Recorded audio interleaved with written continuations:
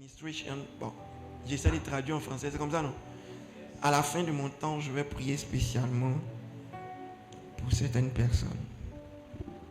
Mais pour la chorale, que Dieu vous bénisse. Ok. Prions. Saint-Esprit, merci parce que tu es en ce lieu. Viens encore une fois glorifier Jésus-Christ de Nazareth et viens nous révéler que Christ. Seigneur, viens faire ce que toi seul es capable de faire et qu'aucun homme ne peut véritablement accomplir. Nous sommes présents, parlons, nous t'écoutons au nom de Jésus. Amen. Dis à ton voisin, le sang du pardon.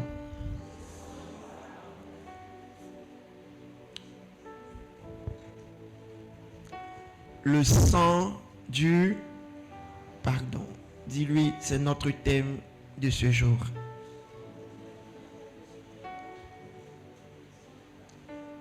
Est-ce que tu peux dire à une pierre qui est très vivante à côté de toi, le sang du pardon?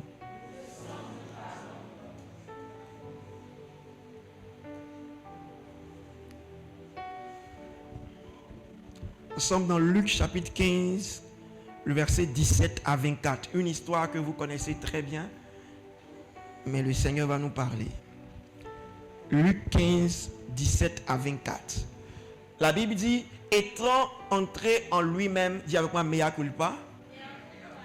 Il se dit, combien de mercenaires chez mon père ont du pain en abondance, et moi ici, je meurs de faim. Je me lèverai, j'irai vers mon père, et je lui dirai, mon père, j'ai péché contre le ciel et contre toi. Je ne suis plus digne d'être appelé ton fils. C'est-à-dire, en d'autres termes, le péché nous fait perdre. Le péché nous fait perdre notre position. C'est pour ça que lorsque l'homme l'a fait pour la première fois, il a été dit que l'homme a chuté. C'est qu'il est quitté d'une certaine position que Dieu lui avait donnée et il est tombé. Et avant l'homme, celui-là même qui est le concepteur du péché, celui qui a fait son concept, et puis l'homme est venu se mettre dedans. Lucifer, qui était, quand Ézéchiel parle de lui dans la vision qu'il a reçue, qui était sur le sommet de la sainte montagne de l'Éternel. Donc il était dans un lieu saint. Il était dans un lieu, c'était la présence de Dieu, un lieu très saint, mais ça ne l'a pas empêché de commettre le péché. C'est pas parce que tu es à l'église que tu n'as pas péché. C'est pas parce que tu jeûnes, tu as une vie de jeûne et de prière que tu ne pêches pas. Lucifer était sur le sommet de la montagne sainte de l'Éternel, dans la sainteté glorieuse. Mais il a péché. Et quand il a péché, ça l'a fait chuter. Vous dites que chaque fois que tu pêches, tu descends. Tu descends. Tu ne peux pas sentir ça peut-être machin, mais il y a quelque chose qui descend toi. Et plus tu persévères, tu insistes, tu ne fais que descendre. C'est après plusieurs accumulations que tu te rends compte que tu as vraiment descendu. Et qu'il y a quelque chose qui a disparu en toi. Et que ce n'est plus comme avant. Ils étaient dans un jardin que Dieu lui-même a fait de ses propres mains, qu'il a appelé Éden, lieu de délices. Ils ont été placés dedans. C'est qu'ils n'ont pas travaillé pour ça. Ils ont été placés dans le jardin. Mais lorsqu'ils ont péché, ils ont été chassés. Ils sont descendus. Et ils sont partis dans un lieu où eux-mêmes, maintenant, ils étaient appelés à pouvoir labourer et reproduire l'image du jardin s'ils le pouvaient. Chaque fois que tu pêches, tu descends.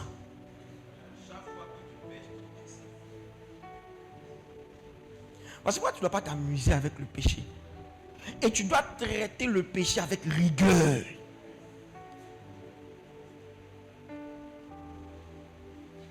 Hébreux. Que Dieu vous bénisse. Hébreux, chapitre 12. I believe, verse 5.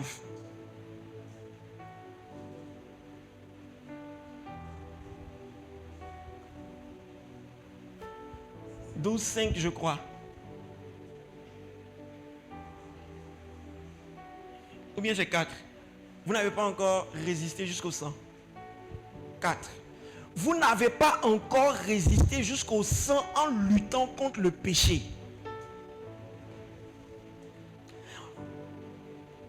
Il faut être rigoureux et violent envers soi-même pour ne pas.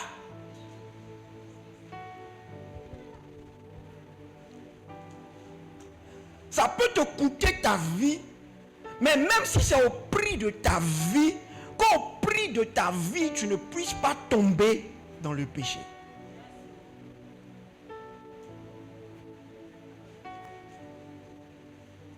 Dis à ton voisin, tu n'as pas encore résisté jusqu'au sang. Ouais. La première personne à résister jusqu'au sang, c'était Jésus-Christ lui-même. Quand il a senti l'angoisse et qu'il a commencé à prendre peur, il a commencé à faire une prière qui disait: Père, si seulement si tu peux éloigner de moi cette coupe. Et après il s'est ressaisi et il a lutté jusqu'à ce que sa sueur devienne des grumeaux de sang. Il a lutté jusqu'au sang pour ne pas qu'il puisse désobéir.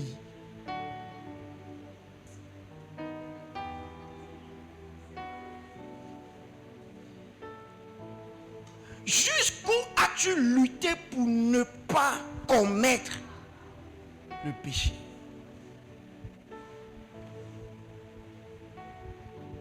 Jusqu'où? Quand tu dis non, ça a été trop fort que moi. Jusqu'où ça a été trop fort que toi? Est-ce que ça a été jusqu'au sang? C'est-à-dire au prix de ta vie.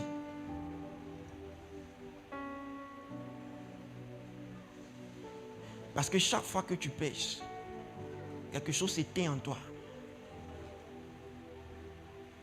Et le diable sait. Parce qu'il va t'entraîner à faire des choses subtiles. Et tu ne vas pas voir que c'est une grosse lumière qui s'éteint un coup. Mais ça s'éteint un peu. Et plus tu persévères dedans, ça s'éteint. Jusqu'à ce que tu sois totalement dans le noir.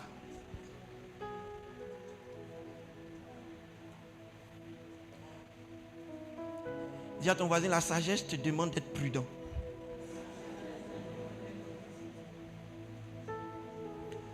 Alors revenons à notre texte. Ça c'est encore des préfaces. Revenons à notre texte de Luc 15. On était au quatrième verset. Il a dit: mon Père, j'ai péché contre le ciel et j'ai péché contre toi. C'est à ce verset là qu'on était. Dans Luc 15.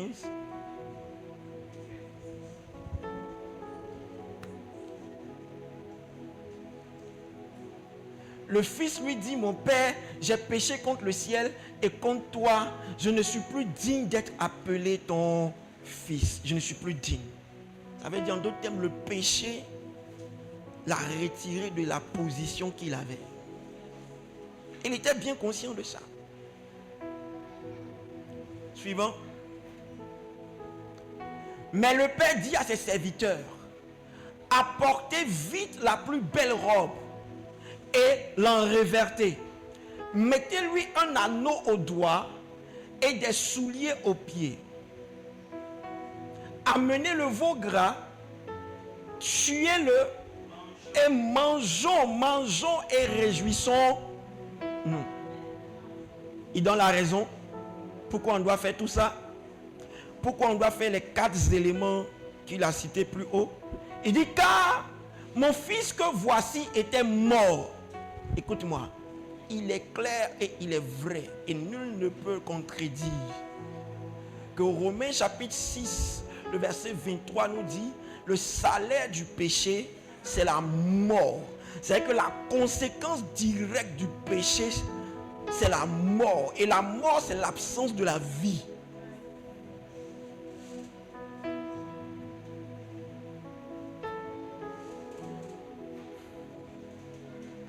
Revenez sur Luc là. La mort, c'est l'absence de la vie. Donc quand le Fils a fait ça, il est rentré dans une mort. Sa vie est rentrée dans la mort. Et le Père dit, mon fils que voici était mort. Parce que chaque fois que tu es dans la désobéissance, tu meurs. Chaque fois que tu commets un péché, quelque chose meurt. Et ce qui est triste, c'est que c'est quelque chose de Dieu qui meurt.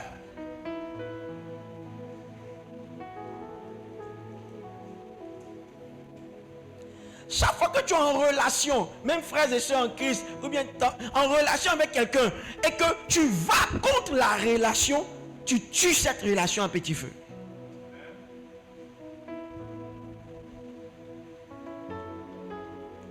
Parce que c'est la conséquence directe du péché. La mort. Et ça, Dieu leur avait dit ça depuis le début. Si vous désobéissez, que vous mangez, vous mourrez. Et le diable a dit, vous ne mourrez point.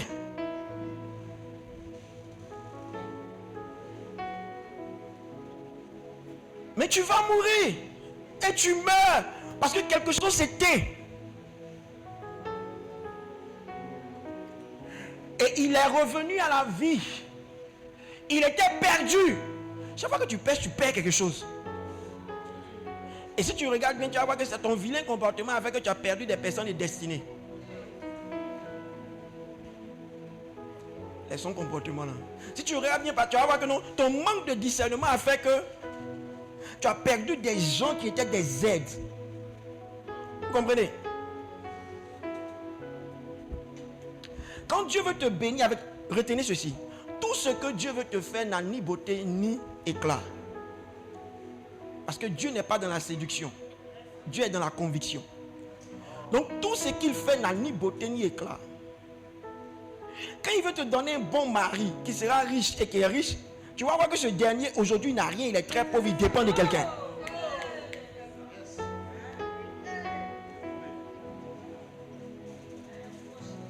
Quand il veut faire de ton enfant quelqu'un de très brillant, tu vois que ce dernier devient turbulent.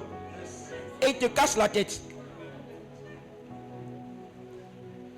Et la plupart des personnes insensées vont commencer à dire, toi tu es trop comme ça. Et vont commencer à proférer des paroles négatives sur la vie de la personne.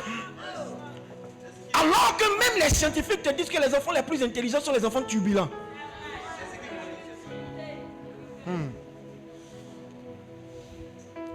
Parce que si c'est Dieu qui doit te donner ça, il ne va pas rendre ça joli au début.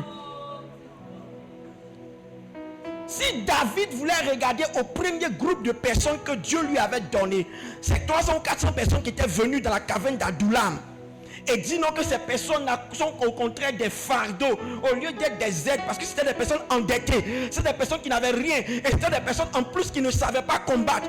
Si David regardait à ces personnes de façon charnelle, il allait dire non que non, je ne peux pas traîner avec ceux-là parce qu'ils vont me retarder. Oh pourtant ces personnes allaient devenir ces soldats les plus forts.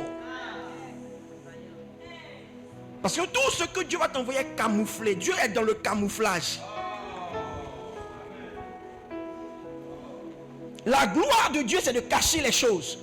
Et Dieu cache les choses. Si tu ne sais pas les sonder, tu vas passer à côté.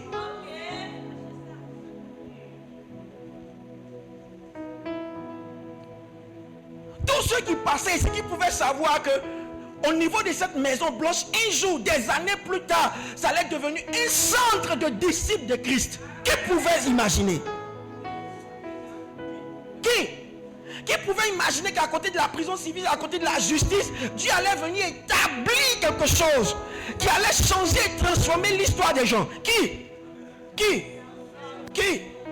pouvait imaginer qu'au travers de ton homme de Dieu, donc je sais que tu connais le témoignage, au travers de ton homme de Dieu, quelque chose de bon. Parce que comme Nathanaël a dit, peut-il sortir pour venir quelque chose de bon de Nazareth? C'était un mauvais jugement. Parce que Dieu a l'art de pouvoir cacher son plan. Dieu a l'art de cacher son plan. Et il nous demande le discernement pour pouvoir discerner. que ici là Dieu est dedans. Qui pouvait savoir que le fait de pouvoir le traîner comme un bandit et l'emmener à la croix, c'était l'accomplissement de Dieu et qu'il n'était pas en train d'aller contre la volonté de Dieu. C'est pour ça que plus tard il est écrit que s'ils avaient su qu'en faisant ou en crucifiant le Fils de Dieu, c'était pour accomplir, ils ne l'auront pas fait. Parce que l'acte ressemble à quelque chose qu'on doit faire pour des bandits et pour des rejetés. Mais ils ne savaient pas qu'au travers de cette action, Dieu avait établi le salut de l'humanité.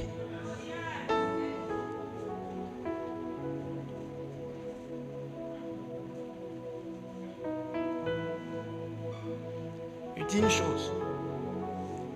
Chaque fois que tu désobéis, tu perds. La personne qui est dans la désobéissance, c'est toi qui perds plus. Tu penses que tu es en train de faire du mal à quelqu'un? Non. Tu te fais toi-même du mal. Et plus de mal.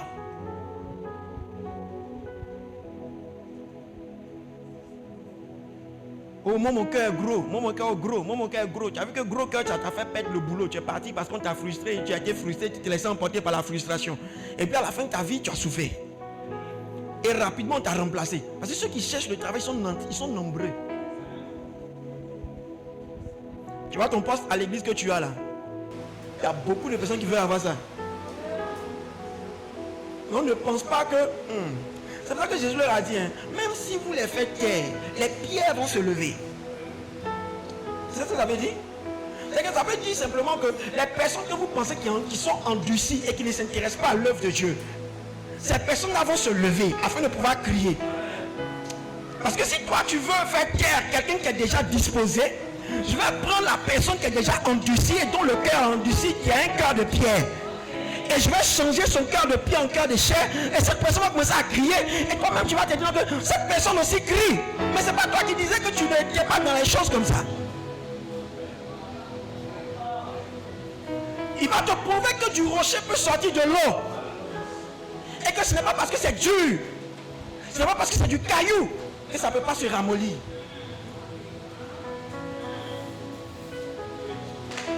Vous comprenez ce que je dis là?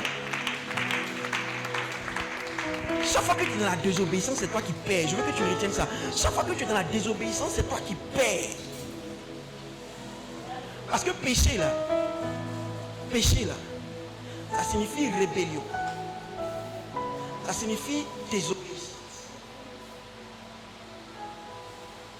Et ça signifie quelque chose que les gens ne connaissent pas trop. Manquer le but. Si on te dit voici le but d'une chose, voici ce que tu dois faire, et que tu fais contrairement, tu viens de pécher. Parce que tu as manqué le but. Pécher, c'est manquer le but.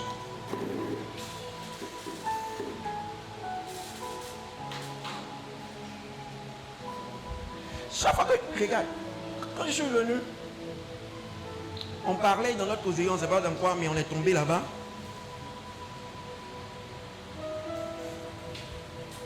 Tous ceux qui ont fait rébellion, leur tête, sur Guillaume, il est où? C'est le plus malheureux.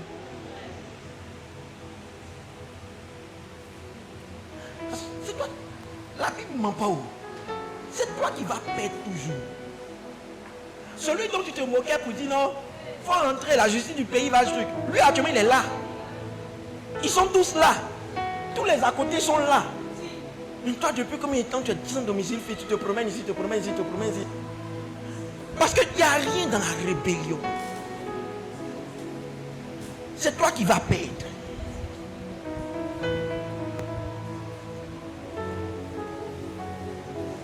Tu es rébellé contre tes parents. C'est toi qui finis par perdre. C'est toi qui vas perdre. Parce qu'à la fin, tu vas te retrouver dans une compagnie. Tu vas penser que tu es à l'aise. Pourtant, toi-même dans ton cœur, tu sais que tu n'es pas à l'aise. Tu finis par perdre. Parce que quand tous les amis ne sont pas là, quand les personnes là que tu appelles amis, pas tes CP, Brezo, machin, toutes ces personnes ne sont plus là. La seule personne qui est là, c'est ta famille. C'est ta famille. Si on dit aujourd'hui, you drop dead, que tu es mort aujourd'hui, la seule personne qui récupère ton corps, c'est ta famille. Peu importe ta rébellion. À la fin, c'est toi qui perds. Non, mais je ne sais pas c'est quel genre de parents j'ai reçu. Non, mais je ne sais pas c'est quel genre de parents j'ai. Je ne sais pas comment ils sont. Non, non, non. On leur parle ici. Tu vois, à la fin, hein, c'est toi qui payes. Parce que 18 ans, 20 ans que tu as là, et ils ont passé ça, ils sont à 55, 60. Et ils savent les pulsions qu'on a 25 ans. C'est toi qui n'es pas encore arrivé devant. Il faut prier même pour arriver devant. Parce que c'est pas sûr. Aujourd'hui, les jeunes meurent tellement que c'est pas sûr que tu arrives devant.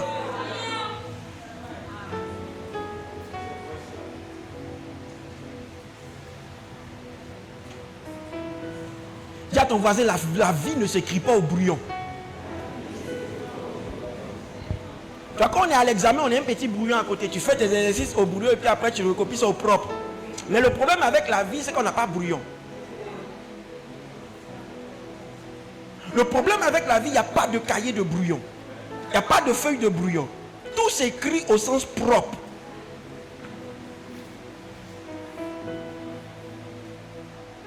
Si tu vis dans la désobéissance, tu te fais plus de mal. On te dit voici le chemin, tu dis non, I will take my own way, my own way. Je vais prendre mon propre chemin. Tu manques le but, je te dis, c'est toi qui paies. Le jeune homme là, vous connaissez son histoire. Il était tranquille avec son papa, il travaillait tranquillement. On ne sait pas ce qui est tombé sur lui. Un bon jour, il dit, je prends tout ce qui est truc, je prends mes clics, mes claques, I'm going. Un peu comme l'autre. Tu ne sais pas qu'au fait, si tu es en train de prospérer ici, c'est parce que tu es dans la grâce de quelqu'un.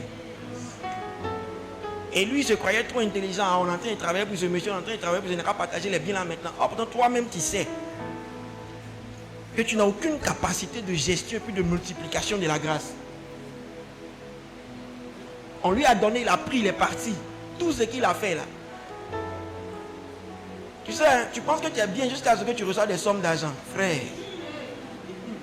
Frère, l'argent qui est là.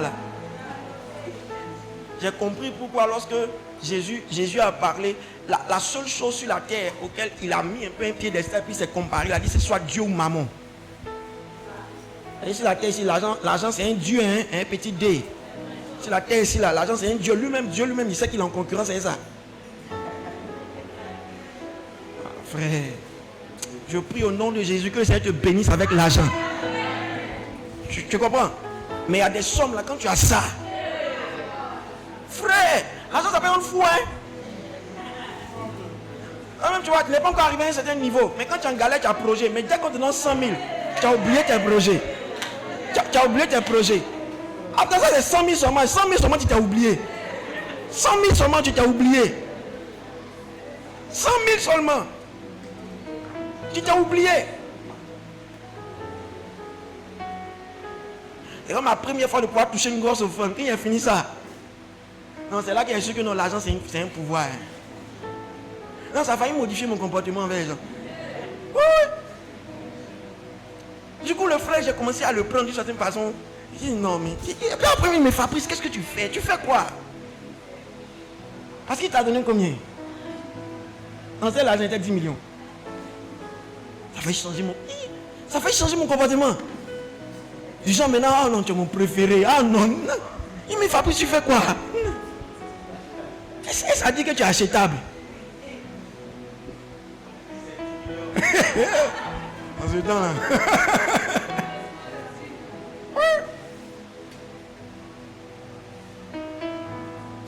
Que Dieu te bénisse avec l'argent. Et que ton cœur ne change pas.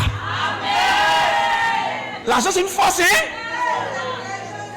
Le petit là pensait qu'il était bien éduqué jusqu'à ce qu'on lui donne tous ses biens. C'est là qu'il s'est rendu compte que malgré l'éducation qu'il avait reçue là, il y avait des choses dans la profondeur de son cœur. Et dès que l'argent il a touché, ça immergeait en même temps. Lui qui était son papa, il ne sortait jamais. Lui qui était son papa, il n'est jamais parti en boîte de nuit. Lui qui était son papa, il n'a jamais fait prostituer. Dès qu'il a reçu son argent, tu ne sais pas où prostituer, boîte de nuit, gaspiller. Tu ne sais pas où c'est rentré, mais c'est rentré en lui. Chut. La vie a commencé. On ne va pas dire la mort. La mort a commencé. Et quand tous les gars ont fini de dépenser son argent, il est resté seul. Il est resté seul. Ils sont tous partis. On va partir rechercher un autre qui a pris encore son héritage. Et puis on va voir ce qu'on va faire. Oh non, mais vous là même, tous les terrains là, vous avez fait là, de votre vivant là, donnez-nous pour nous en même temps. On t'a donné les terrains, tu as parti 25 millions. Actuellement, tu as fini de dépenser et puis tu souffres. Tu souffres. Voilà. Tu souffres. Petit éveillant, on t'a donné la tchapia. Tu souffres. Tu souffres.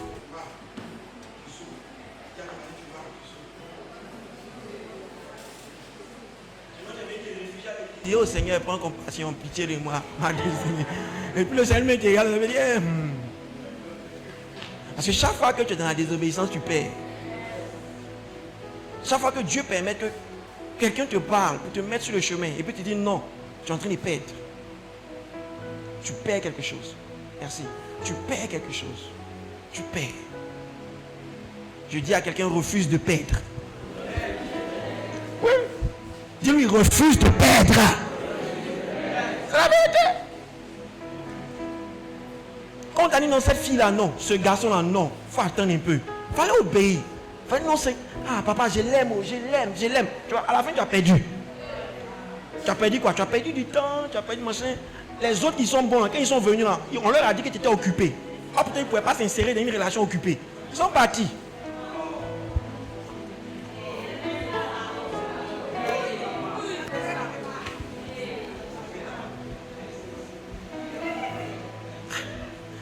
C'est rien. Hein?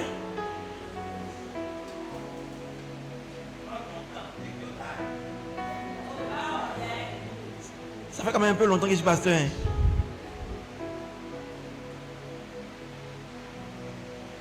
Et je te dis la vérité.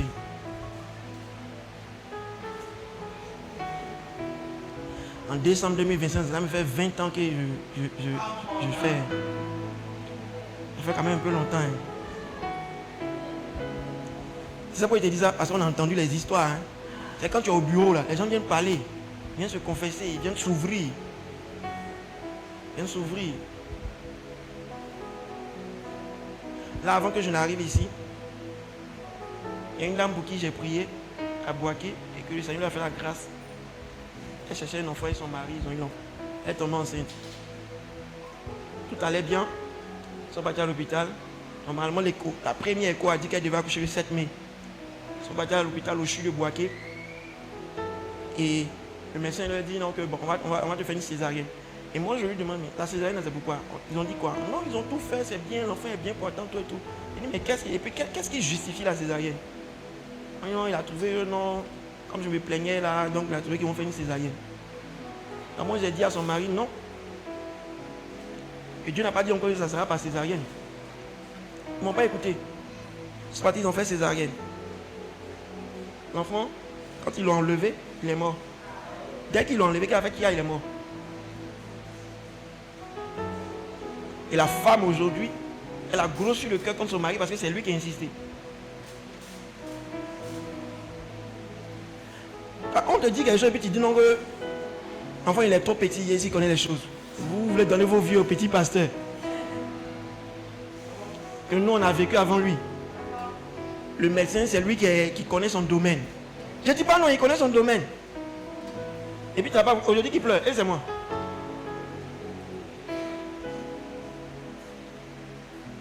Inconsolable. Et voilà. Tu vas voir la marque de la césarienne là, et tu vas toujours pleurer.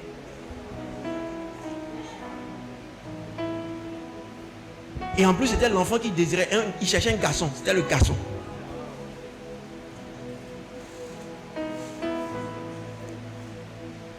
Chaque fois que tu désobéis, tu perds.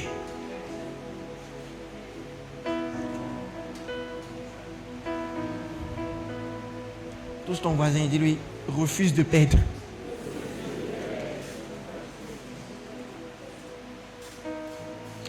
Et il commençait à se réjouir. Verset, mon dernier, du test.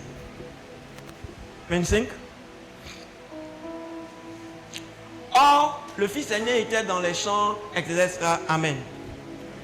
Amen. Donc vous connaissez l'histoire, c'est l'histoire du fils. L'histoire du fils. Le fils prodigue. Et mon thème, c'est le sang du pardon. savez, quand il rentre en lui-même, il va aller vite. Quand il rentre en lui-même et qu'il vient vers son Père, il dit à son Père, je reconnais que j'ai péché contre le ciel et contre toi. Vous savez, il y a des gens qui pensent que le péché là, c'est contre Dieu seulement. Non, il y a le péché aussi contre les hommes. Il y a le péché aussi contre ta propre personne, contre soi-même. Il y a des gens qui pêchent contre leur propre corps. C'est ça que le manque de repos, c'est un péché contre ton propre corps. Il n'est pas dit la paresse de dormir. Parce que même la paresse que tu prends ton temps, tu dors, c'est un péché aussi contre ton corps qui doit être en activité.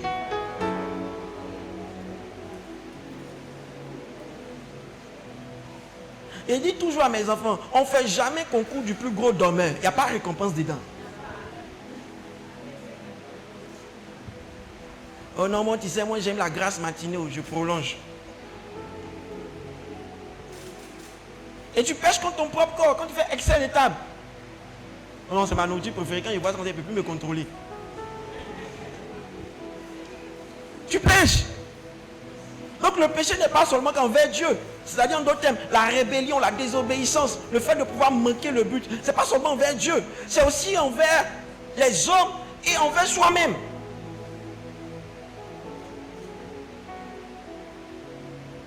Vous savez pourquoi j'aime beaucoup la définition du péché là?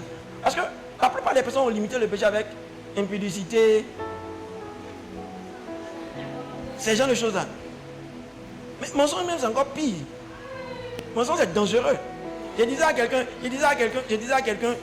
que, écoute-moi très bien. La Bible a dit fuyez l'impudicité. C'est vrai. Mais, la Bible dit celui qui ment a pour père le diable. La Bible n'a pas dit l'impudique a pour père le diable. La Bible a dit fuyez. Maintenant, la Bible dit celui qui ment a pour père le diable. Donc le menteur lui-même, mentir est plus dangereux.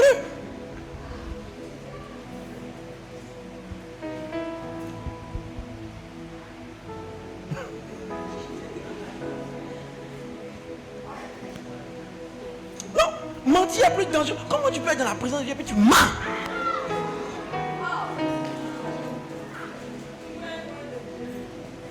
Mentir est plus dangereux. Ils sont morts pourquoi? Dans l'église. À cause d'un mensonge. Ananias et Saphira, le premier maître dans l'église. C'est à cause d'un mensonge. Le Saint-Esprit les a tués. Les impudiques qui étaient là, il les a pardonnés. Moi, il ne met pas trop l'emphase sur l'impudicité. Hein. Mais sur le mensonge. C'est ceux qui mentent sont les personnes les plus dangereuses. Il n'y a pas quelqu'un qui gâte l'église comme menteur. Il n'y a pas quelqu'un qui gâte l'église comme la personne qui a deux langues.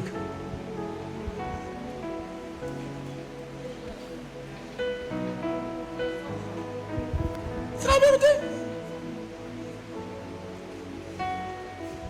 Pasteur d'eau. Sinon même quelqu'un qui est dans le monde là-bas, il sait que faire ça sans le mariage c'est péché. Il n'a pas besoin de lui dire, mais lui il sait. Parce qu'il se cache, ils ne font pas ça devant leurs parents. Ils font ça derrière la clôture. Ou bien, il sait. Mais il y a des gens qui vont dire non que, tu vois, il y a des bons mensonges. C'est un mensonge pour te sortir d'une situation. C'est quand vous lisez Jean 8:44 que vous comprenez cette assertion des personnes. Là. Parce qu'il ment de son propre fond. Il dit le diable là. Il ment de son propre fond. Non, même quand il te dit quelque chose, si c'est avéré, c'est un mensonge. Parce que son fond, il est un mensonge. Donc, c'est bleu, n'est-ce pas? Si le diable vient te dire que c'est bleu, c'est un mensonge parce que dans son fond, c'est pas le fait qu'il le dise qui est mensonge, c'est le fond qui fait que c'est mensonge. C'est le fond. Comme les gens 8:44 vont bien voir. C'est le fond. Non, c'est vrai. Tu vas dire, mais c'est vrai, c'est bleu, non? Oui, c'est bleu. Mais comme son fond est déjà... C'est comme cette bouteille. Donne-moi la bouteille. Cette bouteille d'eau. Si on a souillé le bas, quelle soit l'eau que tu vas mettre dedans, là, ça ne peut pas être propre. Parce que le fond est déjà gâté. Le fond est déjà souillé. Le fond n'est pas bon. Merci beaucoup, maman. Le fond n'est pas bon. Et lui, c'est le fond. Il parle de son propre fond. C'est son fond qui fait que tout ce qu'il dit là, c'est faux.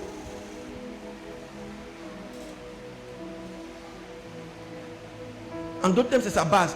Vous avez pour père le diable et vous voulez accomplir les désirs de votre père. Il a été meurtrier dès le commencement et il ne se tient pas dans la vérité parce qu'il n'y a pas de vérité en lui. Lorsqu'il profère le mensonge, il parle de son propre fond car il est menteur et le père du mensonge. Menteur et le père du mensonge. C'est-à-dire qu'il est la source du mensonge. Le concepteur de la chose. Maintenant, vous savez ce qui m'étonne dans la Bible? La Bible dit, Dieu n'est pas un homme pour mentir. Vous savez que la nature directe de l'homme, c'est menteur. Dans le livre de Nombres, Dieu n'est pas un homme pour mentir, ni le fils de l'homme pour se repentir. Ça veut dire que la nature de l'homme, l'homme égale à menteur.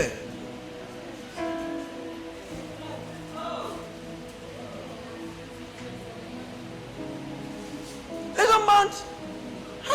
Les gens sont à l'église et puis ils mentent. Ah, oui, il y a vu des gens à la chaîne, même quand ils finissent de donner le témoignage, il a ajouté, il a extrapolé, il a exagéré. Il ment. Il veut aider le Saint-Esprit à amplifier l'impact de la chose. Les gens mentent. Gros deuil même.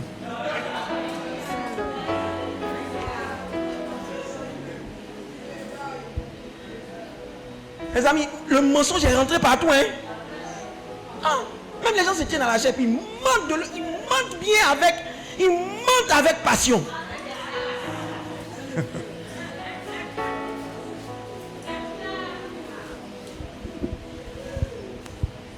Ceci ne sera pas ton témoignage in the name of Jesus.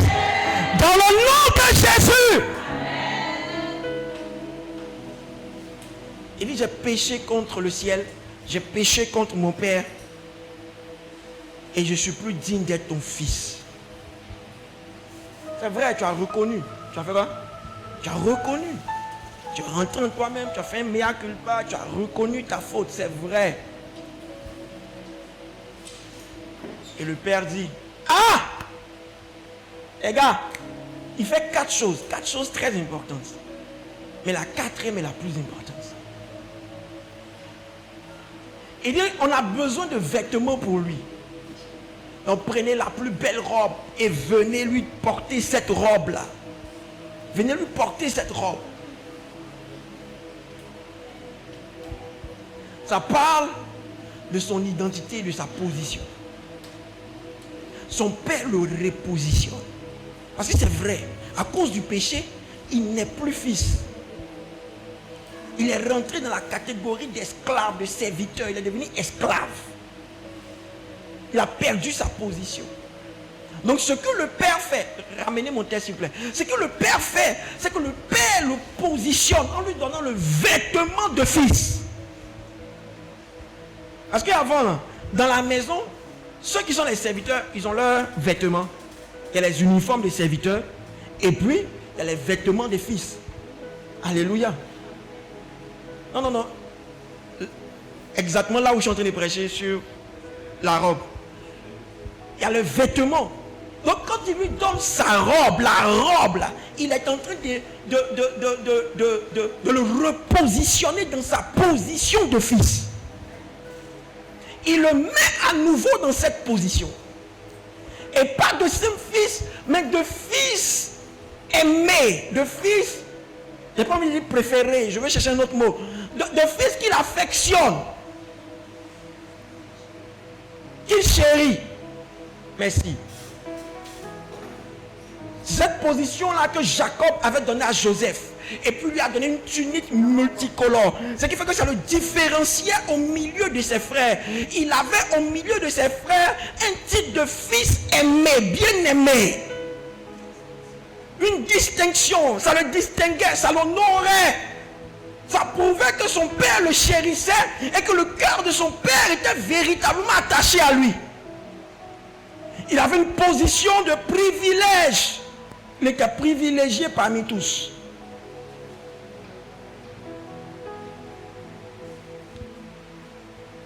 Mais ses propres frères l'ont déshabillé. Je vais dire ça pour quelqu'un. C'est une parenthèse. Personne ne te descend plus que les propres membres de ta famille.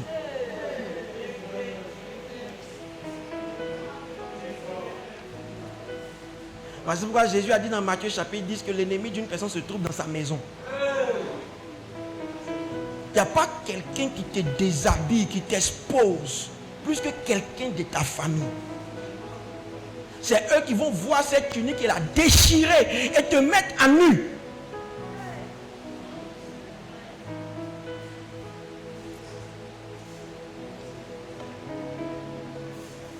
Ici, dans ce cas du fils là, ça veut que c'est lui-même, par les convoitises de son cœur, avec la mauvaise compagnie qui était autour de lui, qui ont déchiré sa robe qu'il avait, son identité, au travers de ses actes de désobéissance. Mais il y a des cas où ce sont des gens qui te déchirent ton habit et ton identité, de sorte que tu rentres dans une crise identitaire, tu ne sais plus qui tu es. Donc veux-tu dire que tu vas régner sur nous? Veux-tu dire que tu vas nous gouverner? Veux-tu dire que nous, on va se prosterner devant toi? Pourquoi? Tu es le 11e enfant? Tu veux dire que tu seras plus béni, riche que nous? Tu auras plus d'autorité et de pouvoir? Comment toi, tu es le plus petit et puis tu penses comme ça? Il n'y a pas quelqu'un qui sait descendre comme les membres de ta famille. Il n'y a pas quelqu'un qui peut créer un complexe d'infériorité en toi comme les membres de ta propre famille. De sorte que même ton rêve meurt avant même qu'il ne puisse être dans une gestation.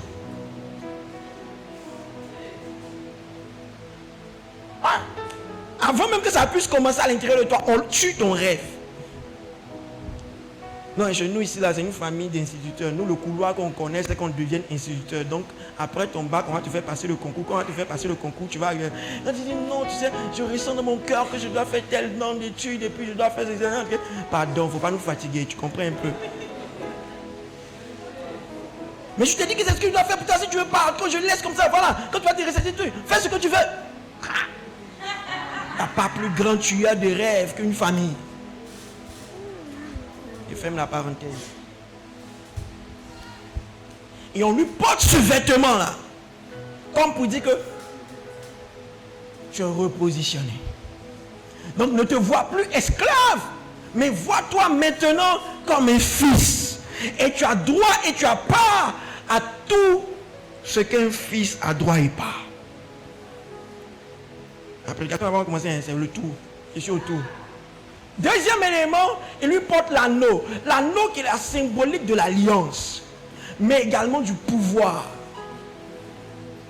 Alors que tu es devenu fils et que tu es dans ta position de fils, on te donne l'anneau qui signifie l'alliance. Fait que tu rentres à nouveau. Cette alliance qui a été brisée par ton acte de désobéissance, qui a été brisée par le péché, est rétablie à nouveau. Et ce n'est pas que seulement que l'alliance est rétablie. Mais vous savez, dans l'ancien temps, la symbolique du pouvoir était par le sceau que tu mets. Et le sceau, c'était un anneau. Voilà, c'est pourquoi il dit à tous ceux qui l'ont reçu, à ceux qui ont cru, elle a donné le pouvoir de devenir enfant de Dieu. Un enfant de Dieu transporte une certaine autorité. Le mot grec, c'est exousia. Et exousia signifie autorité. Donc quand il lui donne la belle robe, son identité, il lui donne le pouvoir qui accompagne ça. L'autorité qui accompagne ça. Donc maintenant tu peux dire à un serviteur va et il ira. Et un serviteur vient et il viendra. Amen. Et ensuite, il lui donne les souliers aux pieds. Les souliers aux pieds qui sont la représentation de deux choses également. Pour dire qu'écoute, désormais, la direction de ta vie là, tu ne vas plus perdre ton chemin. Tu seras mieux conduit. Tu entendras ma voix et tu marcheras. Ça parle de la direction de sa vie. Vous savez, je peux vous parler. C'est vrai que je vous parle, mais je peux vous dire quelque chose. La preuve dans le monde que tu es devenu mature, c'est que tu puisses prendre des décisions personnelles et avoir la capacité de te conduire toi-même. Mais la preuve devant Dieu où tu es devenu mature, c'est de pouvoir laisser quelqu'un te prendre par la main et te diriger. C'est pour cela qu'il a dit à Pierre que lorsque tu seras âgé, lorsque tu seras mature, lorsque tu vas grandir, lorsque tu vas arriver à un stade de ta vie, Ce n'est pas toi-même qui te saigneras, mais les gens vont te prendre et te conduire. La maturité d'un enfant de Dieu, la maturité d'un fils de Dieu, c'est dans sa capacité à pouvoir tendre sa main à un berger et se laisser conduire par celui-ci. Voici pourquoi nous sommes brebis jusqu'à la fin.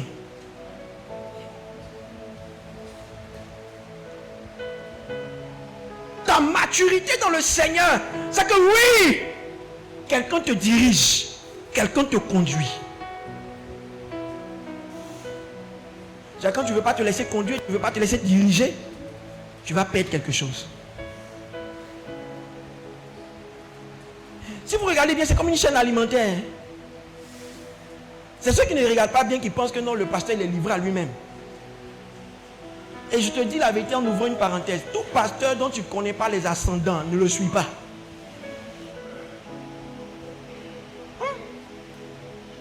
Tu as lu le Tishbit ou bien? Tout pasteur dont tu ne connais pas les ascendants, ne le suis pas. Tu ne sais pas lui, il suit qui? Parce que dans la loi du royaume de Dieu dans lequel nous sommes là, dans la loi du royaume là, pour devenir, il faut suivre. Suis-moi et je ferai. Pour que je ferai de vous. Pour que tu deviennes quelqu'un, tu dois pouvoir suivre. Si tu n'as pas la capacité, celui qui ne suit pas quelqu'un, ce n'est pas la peine de le suivre. Vous allez tous vous perdre. Et regarde la qualité de personnes que les gens suivent avant aussi de les suivre. Le vendredi, je vous disais que moi je connais ma lignée spirituelle. Donc je sais dans quoi je suis et je sais ce que je fais.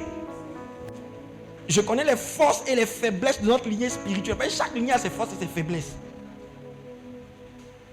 Et je prends des précautions.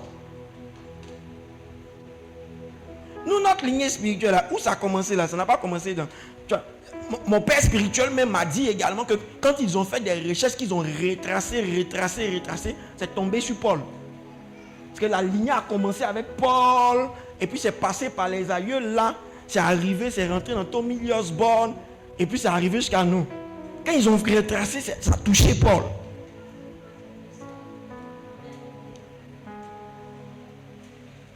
Donc souvent quand je prêche, les gens me disent non, tu décortiques des mystères. Mais dans la Bible, là, qui a décortiqué mystère plus que Paul?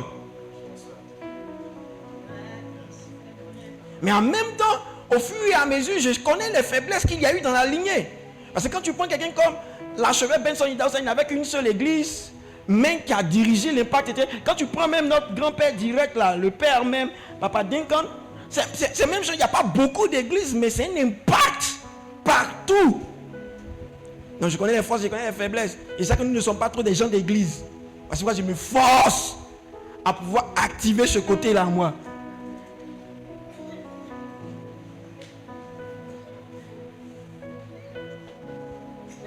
Quelqu'un m'entend? Donc quand tu es dans une lignée et puis on te dit voici le chemin. Il dit tu entendras une voix derrière toi qui te dit voici le chemin. Si tu dis non, c'est toi qui paies. Tu te fais du mal à toi seul.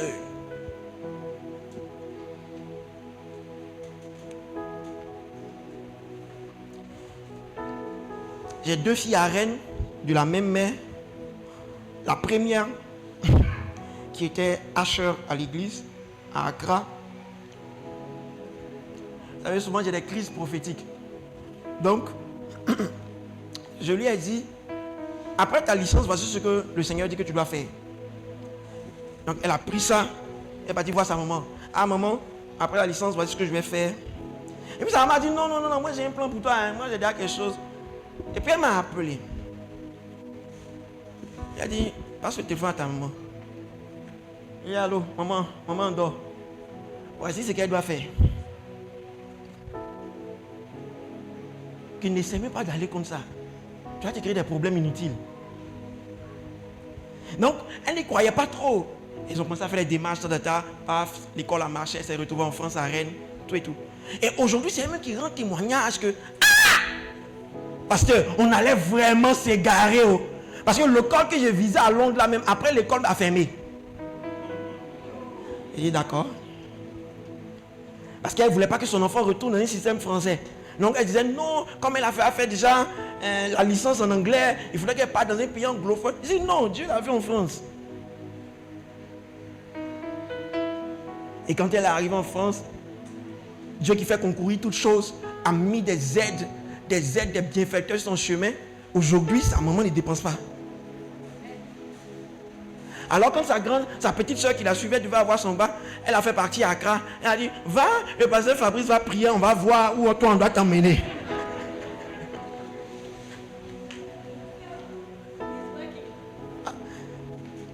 Et la fille arrive, elle dit qu'elle veut faire communication. Elle dit non, toi le Seigneur me dit que tu dois faire droit. Et le droit là, tu dois faire ça, tu dois faire ça, tu dois faire ça, tu dois faire ça. Et tu dois retrouver ta soeur là-bas. Ah, je ne vais pas. Et tu retournes. Mais aujourd'hui, c'est ce qu'elle fait. Hier, c'est elle, avec elle, j'étais au téléphone. Et puis elle a dit, tu ne vas pas chanter aujourd'hui et autres.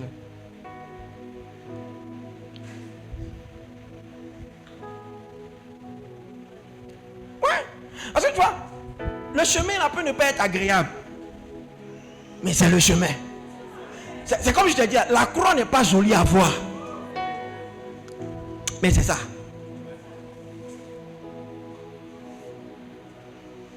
Si on disait à Israël, tu allais marcher dans un désert, tu allais ceci, tu allais cela, il a dit, c'est bon, restons en Égypte, c'est mieux. On n'a pas besoin de faire tout ce parcours.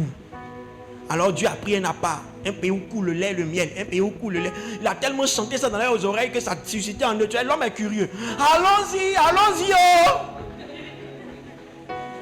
Si le chemin se rend compte que, lait et puis miel là, depuis ça n'arrive pas.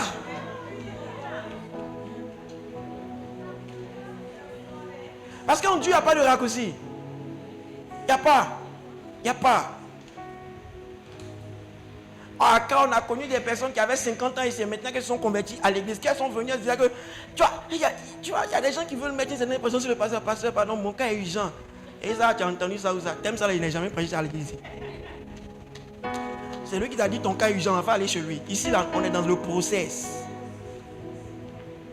C'est pas parce que la règle a des exceptions et que Dieu fait des exceptions que ça veut dire que toute la vie, là, Dieu fait des exceptions. Non, Dieu a son process. Maintenant, quelquefois, il fait des exceptions.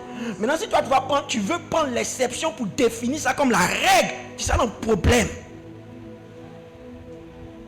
Sur le plan de Dieu, ce n'est pas que nous puissions vivre par le miracle. Le plan de Dieu, il a établi le principe de la vie.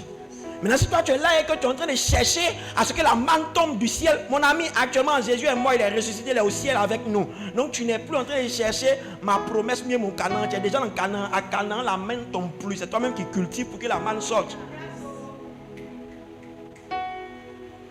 C'est quand tu es dans le désert que la manne tombe. Pourtant, nous ne sommes plus dans le désert. Jésus nous a déjà ressuscité. Il a dit, il a lu le verset, tu as vu. On est ressuscité ensemble. Nous sommes assis en lui, à la droite de Dieu le Père. Tu cherches encore quel Canaan? Tu es déjà là-bas. Tu es déjà là-bas. Pourtant, quand tu arrives là-bas, là, ça ne tombe plus du ciel. Rien ne tombe du ciel encore. Rien. Rien ne tombe du ciel. Le travail n'est pas une malédiction. Le travail est une bénédiction. Ah. Parce que ça a été créé, le travail a été créé par Dieu dans Genèse 2, avant la chute de Genèse 3. Le travail est une grâce. Ne pensez pas que la vie chrétienne là c'est venu pour que non, les choses soient rendues trop simples, trop simples, trop simples. Simplifier les choses et puis ça nous met dans la paresse. Non, c'est pour ça que l'apôtre Paul en parlant, l'apôtre Paul te dit donc qu'il a travaillé. C'est vrai que la grâce a été avec lui, mais il a travaillé. Ah, tu ne veux pas travailler. Tu ne veux pas travailler. Tu as vu comment ta vie est bizarre? Tu n'aimais pas l'école. Tu es venu à l'église, on te fait école ici. On dit école des pierres. Ah, maintenant tu as fui école. Maintenant tu es venu dans l'église, on te fait école. On te dit il faut payer cahier, il faut payer bic, il faut payer ceci, il faut payer. C'est que tu as fui, c'est que tu as fui là, ça t'a rattrapé ici. Tu vois que ta vie est bizarre. Parce que dans la vie, il n'y a pas de raccourci. Il n'y a pas de raccourci. Tu veux prendre détour, tu vas te perdre. Tu veux prendre détour, tu vas te garer. Il n'y a pas de raccourci. Il n'y a pas un. Il n'y a pas un. Tout ce que vous voulez ressembler, et puis vous voulez ressembler à Jésus là. Tout ce que vous voulez ressembler là. C'est pas aujourd'hui qu'il a commencé à rapper. Il dit que ça fait 10 ans. Mais tu ne le connaissais pas. Mais aujourd'hui, c'est aujourd'hui que tu le connais. Et puis tu fais machette. Parce que tu vois sa gloire d'aujourd'hui. Mais ça fait 10 ans qu'il est là. Ça fait 10 ans qu'il est dans un processus. Ça fait 10 ans. Toi, tu penses qu'on se lève quoi? On se lève et puis on devient. Ouh, me voici. Non, ça fait 10 ans. Et 10 ans là, au moins 8 ans comme ça, personne ne le connaissait. Personne ne le calculait. Personne ne le regardait. Il faisait sortir des chansons qui écoutaient. Et toi, tu as vu les 2 ans là. Tu dis, ouais, il est sorti de nulle part. Et puis ça a pris. Il est sorti de nulle part. Mais lui-même, quand il parle là, tu n'entends pas. Tu penses que la vie, c'est magie, magie. Magie, magie. Magie, magie. Emma Loès que tu as envie là, tu vois que Emma Loès là, elle a fait classe A. Classe A là, nous tous on était petits, hein. Nous tous on était petits. Les gens sont dans un processus il y a longtemps. Les gens sont dans un processus il y a longtemps. Toi tu les vois aujourd'hui, leurs noms sont partout, tu penses que c'est comme ça, la vie est simple. Oh Yako. Vous avez vu Derek Jones en train de faire 10 ans de carrière. Toi même ça t'étonne. Non, 10 ans déjà. Oui. Il jouait comme ça, parce qu'il joue aussi le piano et il chante. Il jouait comme ça dans Vase d'honneur là, caché pendant de nombreuses années. Dans Vase d'honneur là. Depuis Gagnoa. Et lisez leurs histoires, écoutez-les quand même. Quand tu n'as même pas commencé, ton église même là, a 7 ans poussière. Donc vous êtes dans un processus quand même. Vous êtes dans un processus. J'ai failli me tuer dans mes débuts. Je te dis la vérité. Parce que je sors d'une méga church de chez l'archevêque Action Chapel International. C'est là-bas, c'est le bling bling. Mais comment il vient, il veut avoir tout comme ça. Il veut que tout doit être comme ça. Et puis, à un moment donné, je m'arrive et je dis, mais attends, l'église est plus âgée que moi. C'est au moment où il faisait l'église, moi-même là, mes parents ne pensaient pas à se marier. Et ils ne s'étaient pas encore rencontrés. Pour dire qu'on va passer à me mettre au monde. Et puis comment je veux arriver à un accomplissement qui a pris plus de 50 ans. Et puis moi je vais arriver là-bas dans 3 mois. Ah! Et puis moi, vous blaguez avec des choses. Oh, le Dieu de l'accélération. Le Dieu de la...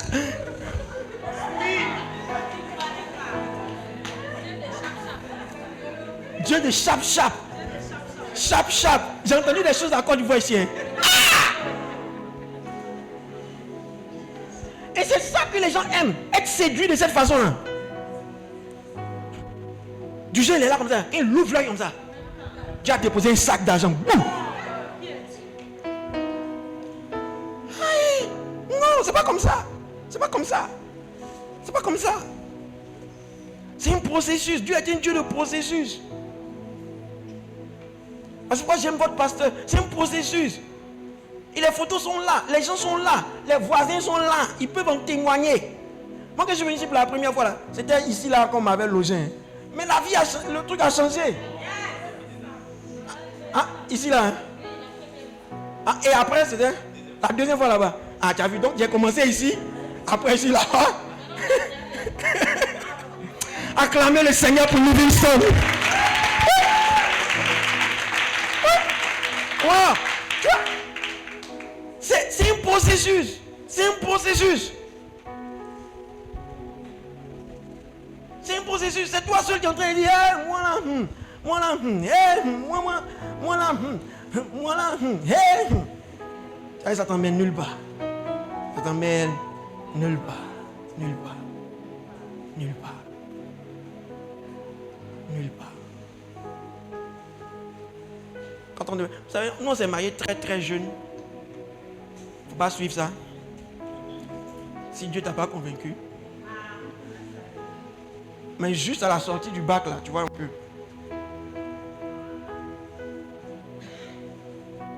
Après proclamation des résultats, on a commencé les démarches, d'autres en même temps, tac. Ouais, c'est pour ça que ça fait 15 ans, sinon ça n'avait pas fait 15 ans.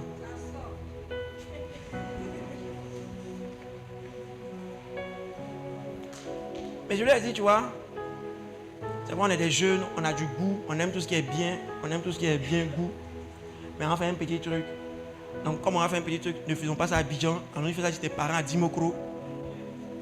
On se cache là-bas, on fait ça à une petite mairie qui ne va pas nous fatiguer. On prend une voiture de mon oncle. Mon oncle, là même, il est ici. Ton pasteur le connaît. Ensuite, il a une vieille voiture 407 Peugeot, bien 400 quoi là. Une vieille bonne voiture. On va se débrouiller dedans, on va partir. On va couper le gâteau. On fait couper le gâteau. Gâteau même qu'on nous a offert. Et puis, tu vois, on fait comme ça. Et puis, je te promets, quand on aura 10 ans de mariage, on a fait mariage. Ma femme a pris. Ma femme était d'accord. Et puis, on est parti. Sa robe n'était pas 2 millions. Sa robe, non. On a fait les moyens de bord. Mais à mon mariage, j'ai eu plus de 8 millions d'entrées. J'ai pris ça là. J'ai honoré Dieu. Mon témoin, c'est son ami, Martin Kwaku. Il m'a dit, fais comme ça, fais comme ça. Il est dans la banque. Fais comme ça, fais comme ça, fais comme ça, fais comme ça, fais comme ça. Quand j'ai fait là, je suis retourné à Accra avec ma femme avec 450 000.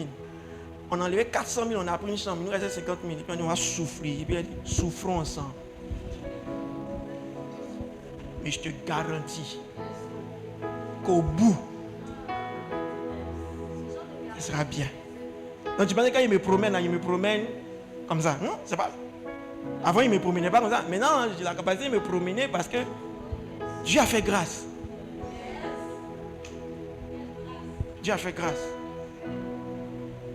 Mais c'était dans un process. Quand on s'est marié, j'ai coupé ses cheveux.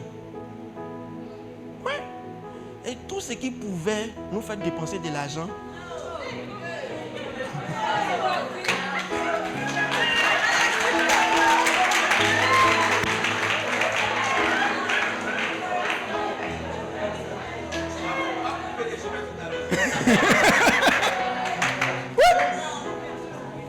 C'est la 7e. À nos 7 ans de mariage, on était à l'église. Et puis j'ai demandé aux enfants, au peuple de Dieu, d'honorer ma femme. Que je lui avais dit 10 ans, mais Dieu a fait grâce. Ça a été raccourci. Car à partir d'aujourd'hui, c'est fini. Il n'y a plus de souffrance.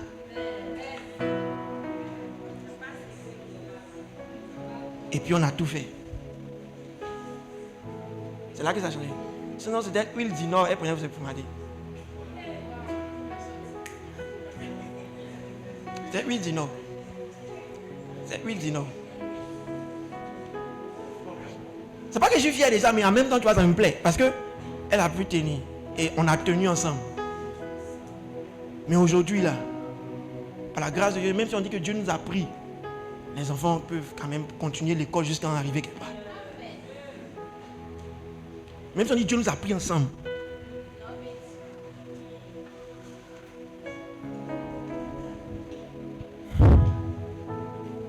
Mais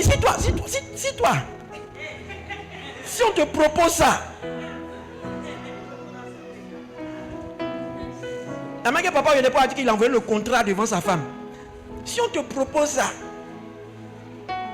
tu as dit, mais attends, tu parles de quoi? Parmi tous les pointeurs de ma femme là, je suis le seul.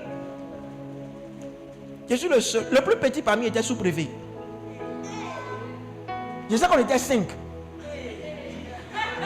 Les 4 là, le plus petit parmi eux était sous-préfet.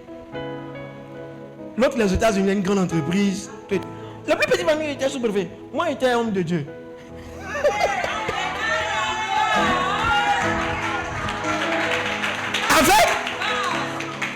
Avec le projet le plus bizarre. C'est que le projet était sûr, mais son chemin était bizarre. Et ça a pris. Ça a pris. Pendant nos périodes de fiançailles, elle n'a eu aucun cadeau. J'ai expliqué ça à mes enfants ont dit, yeah! Non. Un jour à Accra, j'ai pris l'église. Et puis elle a dit, allons-y, vous allez voir où on a commencé. Quand on est venu en tant que marié. Quand je l'ai envoyé là, et puis j'ai dit, c'était ici on habitait. Eux tous ont dit, c'est faux, vous ne pouvez jamais habiter ici. Ils ont demandé aux voisins, mais ouais, ils étaient ici, ils étaient un machin. Eux tous ont dit, c'est faux. Il y avait l'eau sale, il y avait caniveau bizarre. Quand ils ont vu ça, ils ont dit, c'est faux, c'est pas possible, vous ne pouvez jamais habiter ici. On était dedans. On était dans une chambre qui n'avait pas de toilette. Et qui n'avait pas de douche. On se lavait dans bassine, on faisait toilette dans sachet. Hein?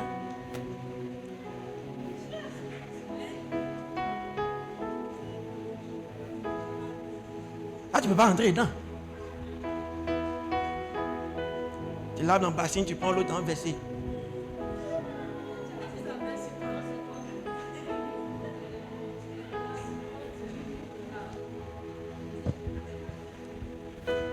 Il dit, tu entendras une voix qui te dit, voici les souliers là, c'est ça. Pour ne pas que tu t'égares. Deuxième chose, c'est la dévotion envers ton Père. Pour que tu sois dévoué, tu sois zélé.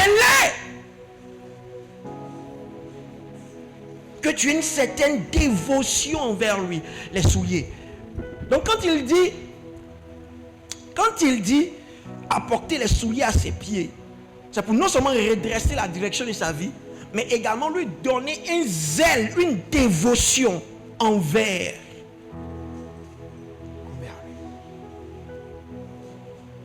Les gens qui ne sont pas passionnés de leur papa, quand ils parlent de lui, mais ils ne parlent pas avec passion. On sent qu'il y a quelque chose qui manque. Tu as l'impression que non, ils t'ont forcé de parler. Oh, putain, ils t'ont pas... Non, tu dois aimer le Père. Dis Amen. Tu dois aimer. C'est un zèle, c'est une dévotion. Donc ces trois choses ont été déjà faites. Son identité est restaurée, l'alliance et le pouvoir donné, et ensuite la direction de sa vie rétablie et la dévotion envers. Une fois que ça a été fait, ça n'allait pas pouvoir tenir si le quatrième élément n'a pas été fait. Le quatrième élément que moi j'appelle le plus important, qui est le verset 23, il dit, prenez le veau gras et tuez-le. Parce que vous savez, la Bible dit ceci. Et c'est quoi que c'est là que je m'arrête et c'est le cœur de mon message. Sans effusion de sang. Hébreux chapitre 9. Je crois le verset 22. Sans effusion de sang, il n'y a point de pardon. En d'autres termes, il est en train de dire qu'on ne demande pas pardon par la parole seulement. Pour qu'il y ait pardon, il faut que le sang verse. Parce que le résultat du péché, c'est la mort. Donc du moment où tu as péché là, normalement tu devais être tué pour ça. Donc quand tu viens demander pardon, l'acte est là et l'acte est vivant. Donc pour faire disparaître l'acte là, normalement on devait te tuer. Mais sauf qu'il doit avoir un substitut pour que ton pardon soit véritablement certifié, soit établi. Pour que tu aies le pardon là, il faut forcément que le sang coule. Ça ne sera pas ton sang, mais on va prendre le sang d'un animal qui va verser. Donc mon fils, c'est bon, t'as rétabli. Mais pour que la chose soit scellée, il faut que le sang coule. Parce qu'on ne peut pas nier que tu n'as pas péché. Tu as péché, tu as désobéi, tu as fait ce qui est mal. Et l'acte est là, et l'acte crie. Pour cesser la voix de ton action, pour cesser la voix de l'acte, du sang doit couler pour apaiser la voix de l'acte. C'est pour ça que dans le monde, il y a des gens, quand ils sont en colère et qu'on les a fâchés, tant qu'ils ne versent pas le sang, ils ne se calment pas. Parce que l'esprit doit avoir un sang pour être... ça va maintenant. Parce que sans effusion de sang, il n'y a pas de pardon. C'est un principe spirituel. On ne pardonne pas seulement avec des paroles. Pardon, excuse-moi, pardon, excuse-moi. Je ne savais pas ce qui est tombé sur moi. Je ne savais pas ce qui est tombé sur moi. Je ne savais pas, pardon. Je ne voulais pas. C'est vrai.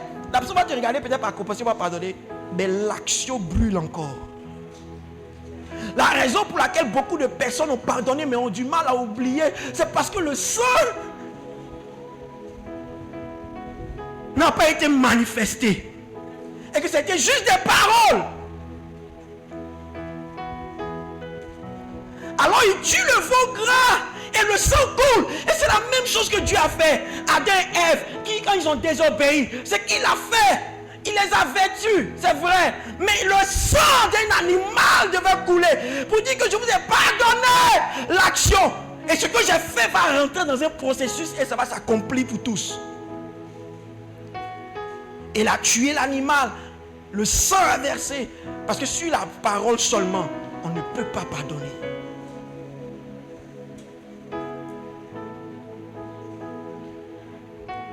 Et c'est ce qui n'a pas aidé Caïn.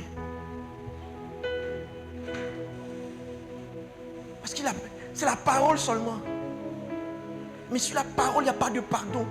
Et la Bible dit que, mais le sang de ton frère crie. Il n'y a pas de sang qui crie pour toi. Toi, c'est la parole, c'est la bouche. Si tu as dit seulement des mots. Oh Seigneur, si quelqu'un me voit, la personne va me tuer. Seigneur, Seigneur, je ne savais pas que j'étais le gardien de mon frère. C'est des paroles. C'est des paroles. Mais lui, c'est son sang. Le sang crie. Quel est le sang qui crie pour toi? Pour qu'on puisse apaiser l'autre sang qui est en train de crier. Pour que tu sois pardonné. Il n'y en a pas. Il est parti errant.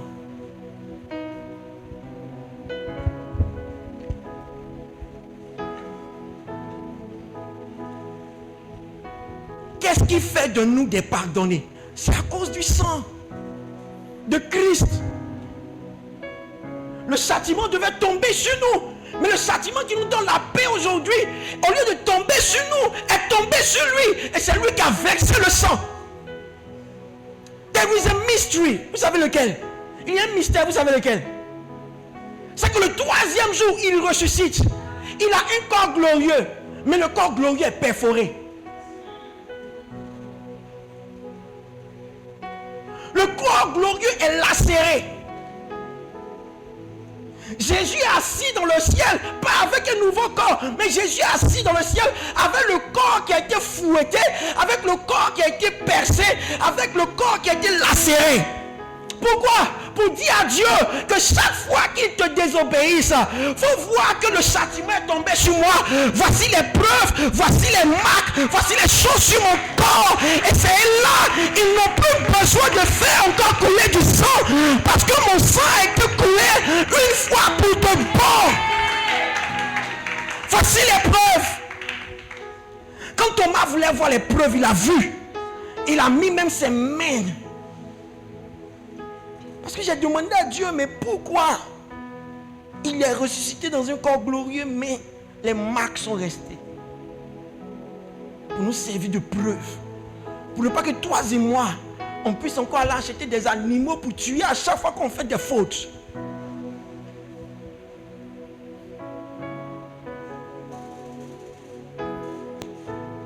Le père, dans Luc 15, était conscient que son fils, ce qu'il a fait, c'est la mort.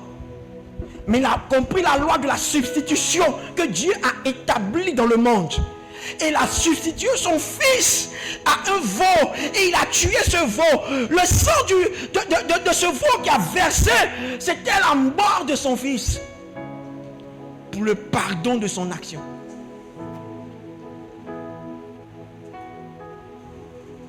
Parce que quand le grand frère est venu, que le grand frère ne comprenait pas pourquoi. Pourquoi le veau gras pour lui? Pourquoi moi je suis avec toi ici? Tu m'as pas donné le veau gras, tu n'as pas tué le veau gras pour moi. Mais pourquoi c'est pour lui que tu le tues? Le grand frère n'avait pas compris. Le papa lui a dit, mais tout ce que j'ai, c'est à toi. Toi, tu n'en as pas besoin, c'est lui qui en a besoin.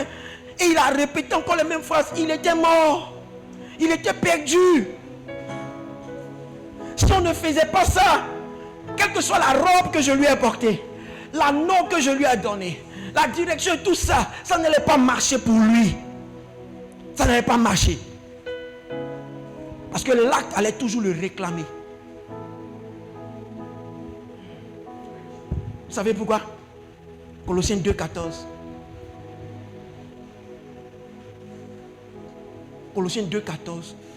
Ton action doit être effacée. Maman, quand tu poses une action qui blesse quelqu'un, même si tu demandes pardon à la personne, est-ce que c'est effacé dans son cœur?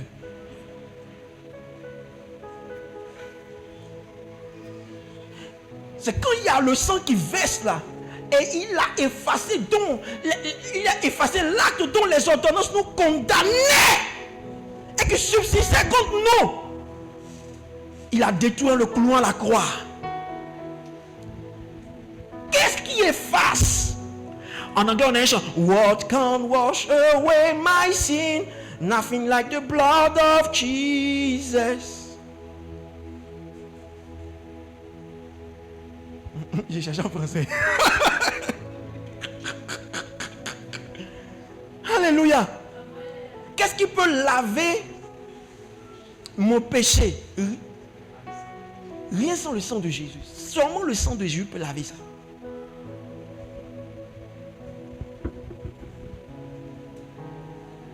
Et c'est ce que le jeune a compris. Parce que tu as péché comme ton papa. En partant de la présence de ton père. Mais le jeune a compris qu'il doit faire intervenir le ciel dedans. Pour que le ciel joue en sa faveur. Sinon il devra payer ça au prix de sa propre vie. Alors il commence à dire, j'ai péché contre le ciel. Et j'ai péché contre toi. Pour que le ciel ait miséricorde. Et que sa vie soit substituée à quelque chose d'autre. Dans le but de pouvoir lui accorder le pardon. Lui laisser la vie sauve. Parce que pourquoi j'aime ce mot-là. En anglais, en français, c'est le même truc. Forgive, c'est deux mots. For et puis give. Pardon, par et puis don. Je te laisse partir à cause du don qui a été fait. Tu ne porteras pas la sentence à cause du don. Je n'avais pas compris. Un jour, je parlais avec mon père spirituel, avec my Steve Jordan. Je parlais avec lui, il m'a dit, mon fils, on ne demande pas pardon les mains vides.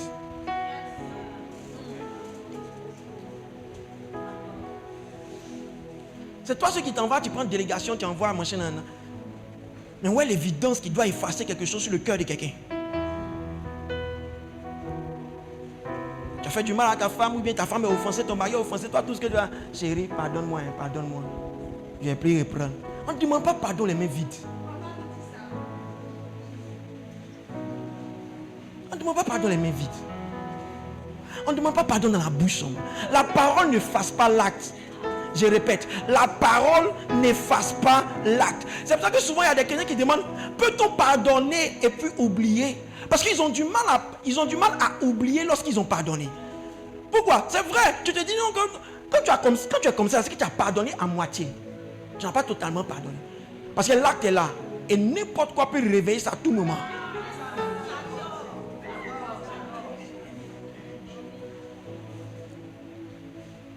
Le sang le plus précieux a la capacité de wash it away. Effacer ça. Retirer ça de ton cœur. Retirer ça de ton système. De sorte que demain, si on vous voit ensemble, c'est comme si cette personne n'était jamais blessée. Un peu comme Jésus avec Pierre. Ils sont ensemble, c'est comme si Pierre ne l'a jamais renié. Jamais. C'est Pierre lui-même dans son cœur qui commence à dire, tu vois, il a un peu peur d'une façon. Mais le monsieur est tranquille.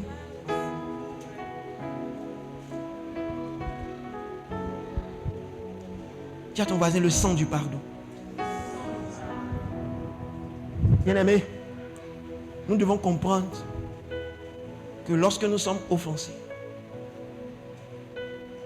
que lorsque nous sommes dans la désobéissance, que lorsque nous sommes dans la rébellion, lorsque nous avons manqué le but, il y a un échappatoire de par la miséricorde de Dieu où tu viens et tu places une demande sur le ciel et la terre afin que tes actions passées te soient effacées entièrement et que tu redeviennes une nouvelle créature pour vivre des choses nouvelles. Et je te dis la vérité, parce qu'il sait que nous sommes faibles étant dans cette chair, il n'a pas effacé ses marques, il n'a pas effacé ses traces, il n'a rien effacé.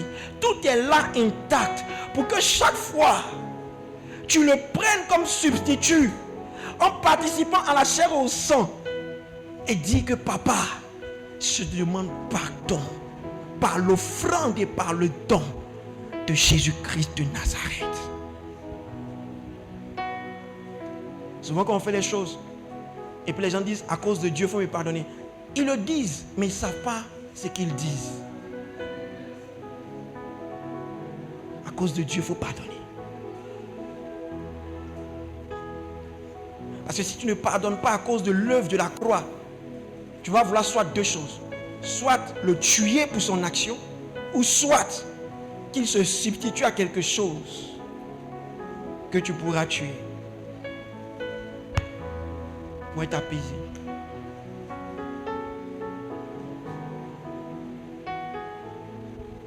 Alors, pardonnez-leur leurs offenses, comme moi aussi, je vous ai pardonné vos offenses. Ah papa, mais ça fait mal. Oui, mais cette personne était en moi à la croix. Et pour elle, j'ai versé du sang. Et aujourd'hui, j'ai les preuves de ce que j'ai fait dans le ciel. Où toi, tu es assis en moi. Et que tu peux voir. Et au travers de cela, laisse partir. Pardon.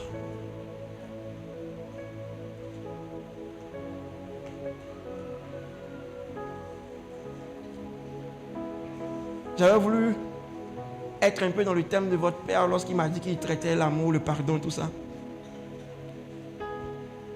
Qu'en tant que des pierres vivantes, nous soyons une église qui pardonne et qui vit par le don.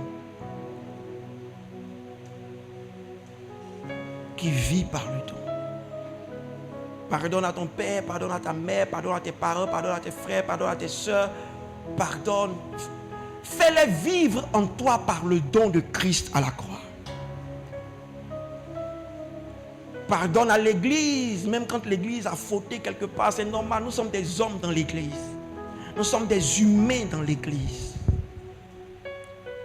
Et nous devons vivre ensemble en communauté par le don de Christ à la croix, qui est le pardon.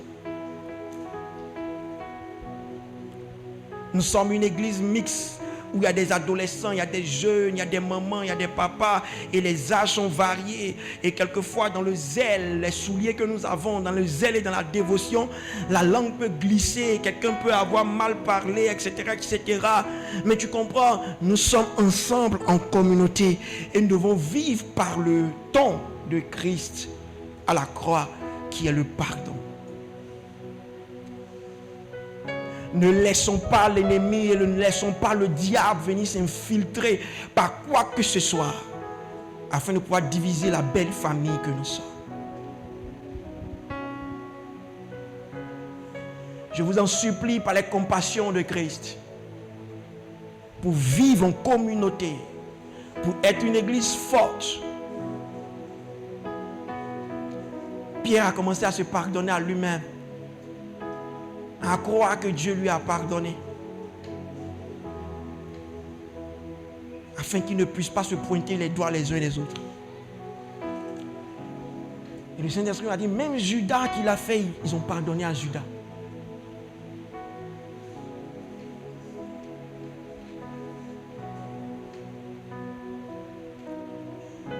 Le Seigneur a pour nous une mission dans cette ville. Elle ne fait que commencer. Après cette première phase, qui était une phase où Dieu était en train de mettre des fondements, des fondations, où Dieu était en train de mettre des briques lourdes en bas, de poser des bases solides.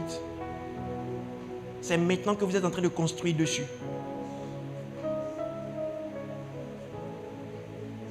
Et pour construire dessus solidement, vous devez être vivement conscient en vous-même du don de l'agneau sur la croix. Croire que le veau gras était déjà tué, que le sang était déjà versé.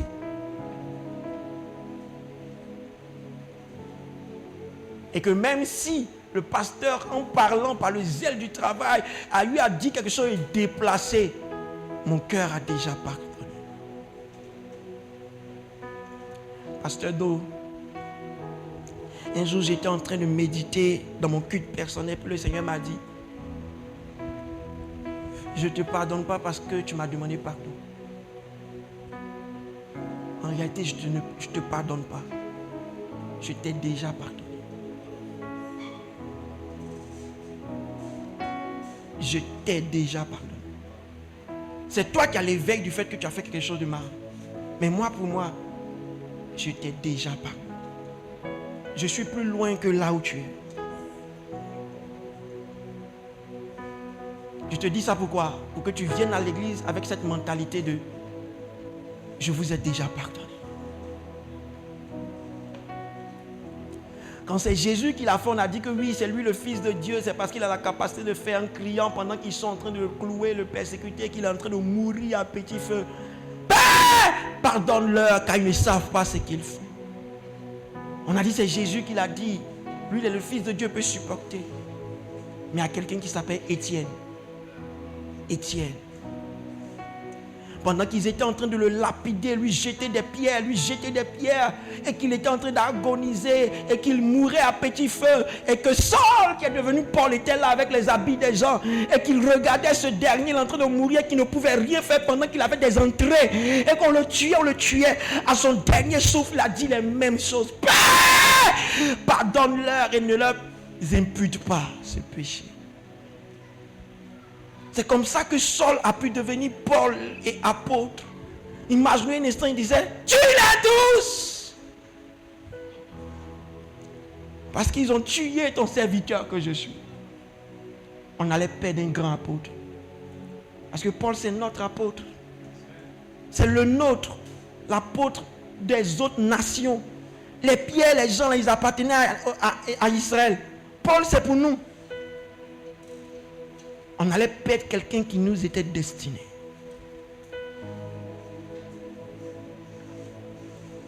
Quand tu es dans une relation, dans ton couple, rentre dedans avec la mentalité de je t'ai déjà pardonné. De sorte que même si tu te trompes un jour et que tu as appris qu'il y a un enfant dehors, je t'ai déjà pardonné. Je t'ai déjà pardonné. Je t'ai déjà.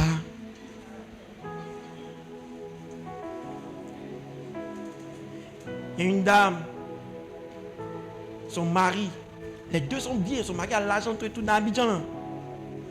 Il sort ses ventes, il sort dehors les gens. Et puis un jour, il a attrapé. Tellement déçu. C'est la camarade d'une de mes filles. Et puis, ma fille lui a dit que non, je vais parler à mon père pour qu'il puisse te parler. Et puis c'est comme ça qu'on est rentré en contact. Et je lui ai dit, madame, vous voulez faire quoi? Non, je vais prendre mes affaires, je vais partir. Comment, après toutes ces années de vie, comment est-ce qu'il peut me faire ça? Cette fille m'en fait. Et puis je lui ai posé, madame, qui paie? Qui va venir s'asseoir après cette grande maison que vous dites que vous avez bâtie? Après tous les biens que vous avez fait ensemble, vous avez eu ensemble. Qui va venir profiter de ça? Tu as mal, c'est vrai. Mais est-ce qu'il t'a dit qu'il était Dieu pour ne jamais pécher? Est-ce que lorsque vous étiez en train de faire les échanges de l'anneau et que vous étiez en train de vous... Il t'a dit que non, moi je suis un homme, super homme, je n'ai pas de faiblesse. Il dit, madame, vous n'avez jamais posé la question, pourquoi est-ce que ce n'est pas avant 20 ans de mariage qu'il a fait et que c'est après 20 ans de mariage? Qu'est-ce qui a changé en toi qui n'a plus? Est-ce que vous êtes rentré en vous-même avant de l'accuser? Qu'est-ce qui a été modifié dans votre relation après 20 ans pour que ça puisse l'entraîner dehors? Aujourd'hui, son foyer est sauvé, elle est assise là-bas, elle se réjouit. Le gars fait un renouvellement de vœux.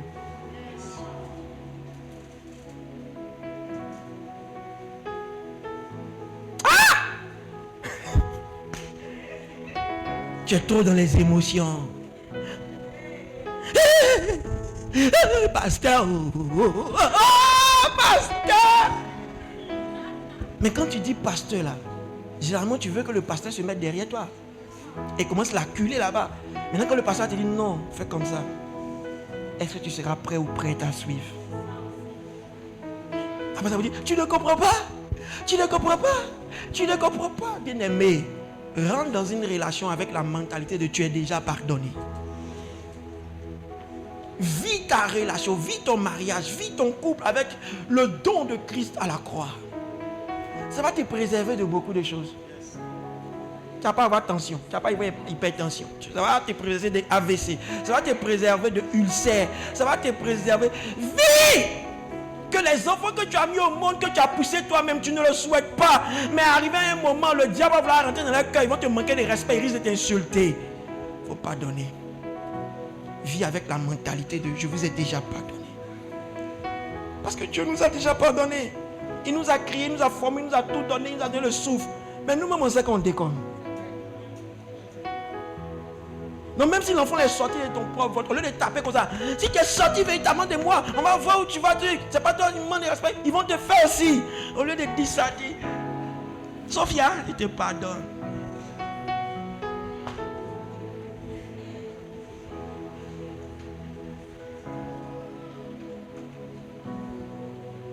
Je prie pour quelqu'un. Que le Seigneur te donne la compréhension de savoir que la force du pardon se trouve dans le sang de Christ à l'agneau.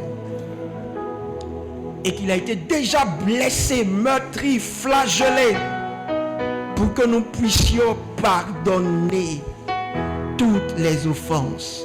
Que Dieu vous bénisse.